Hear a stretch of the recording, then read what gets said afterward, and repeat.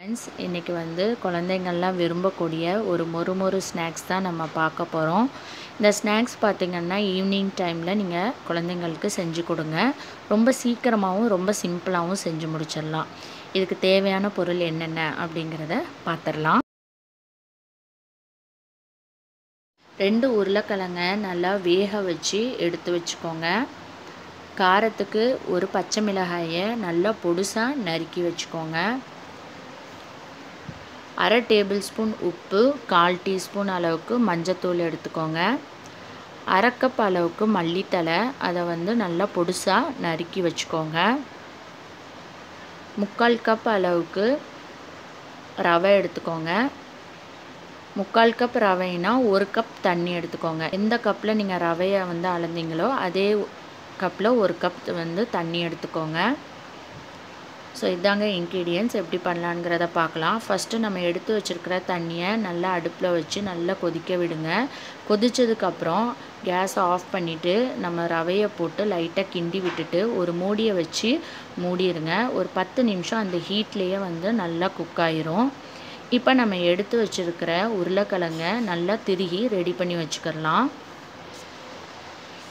So இந்த மாதிரி நல்லா கட்டி இல்லாத அளவுக்கு நல்லா திருகி வச்சுக்கோங்க.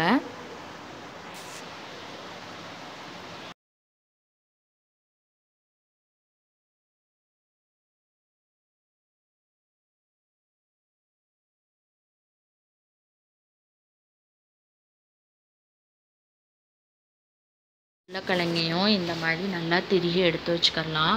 இப்போ இது கூட நம்ம எடுத்து வச்சுருக்கிற மல்லித்தழை, பச்சை மிளகாய், உப்பு, மஞ்சத்தூள் எல்லாத்தையும் நம்ம இது கூட சேர்த்துடலாம்.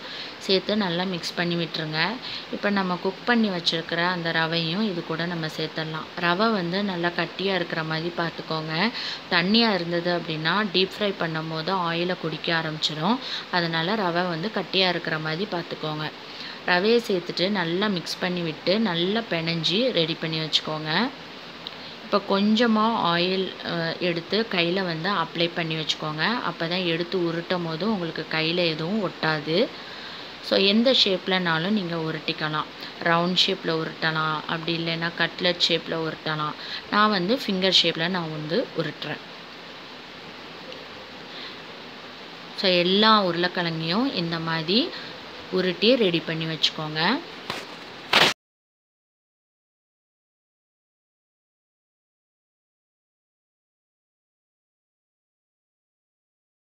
உருளைக்கிழங்கையும் இந்த மாதிரி ஃபிங்கர்ஸ் மாதிரி செஞ்சு வச்சுக்கோங்க. இப்போ எப்படி பொரிக்கலாங்கிறத பார்க்கலாம்.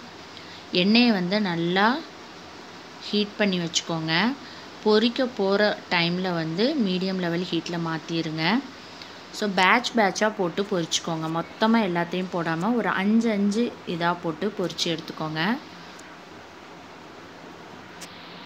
இதோட குக்கிங் டைம் பார்த்திங்கன்னா 5லேருந்து ஒரு 7 நிமிஷம் வரைக்கும் நல்லா குக் பண்ண விடுங்க. மீடியம் லெவல் ஹீட்டில் வச்சு நல்லா குக் பண்ணுங்கள். அப்போ தான் உங்களுக்கு நல்லா கலர் மாறும். போட்ட உடனே டக்குன்னு நீங்கள் எடுத்துட்டீங்க அப்படின்னா சாஃப்டாக இருக்கும், சாப்பிட்றதுக்கு நல்லா இருக்காது. அதனால் 5லேருந்து ஒரு 7 நிமிஷம் வரைக்கும் நல்லா குக் பண்ண விடுங்க. அதோட கலர் ஒரு மாதிரி லைட் ப்ரௌன் கலரில் வரணும். அது வரைக்கும் நல்லா குக் பண்ணிக்கோங்க.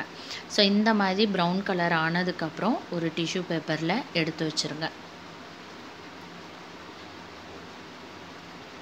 இப்போ மிச்சம் இருக்கிற ஃபிங்கர்ஸையெல்லாம் நம்ம இதே மாதிரி போட்டு பொரித்து எடுத்துக்கிறலாம்.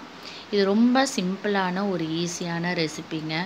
குழந்தைங்க ஈவினிங் ஸ்கூல் விட்டு வீட்டுக்கு வரும்போது இந்த மாதிரி நம்ம செஞ்சு கொடுக்கலாம். ரொம்ப ஹாப்பியாக ஃபீல் பண்ணி சாப்பிடுவாங்க.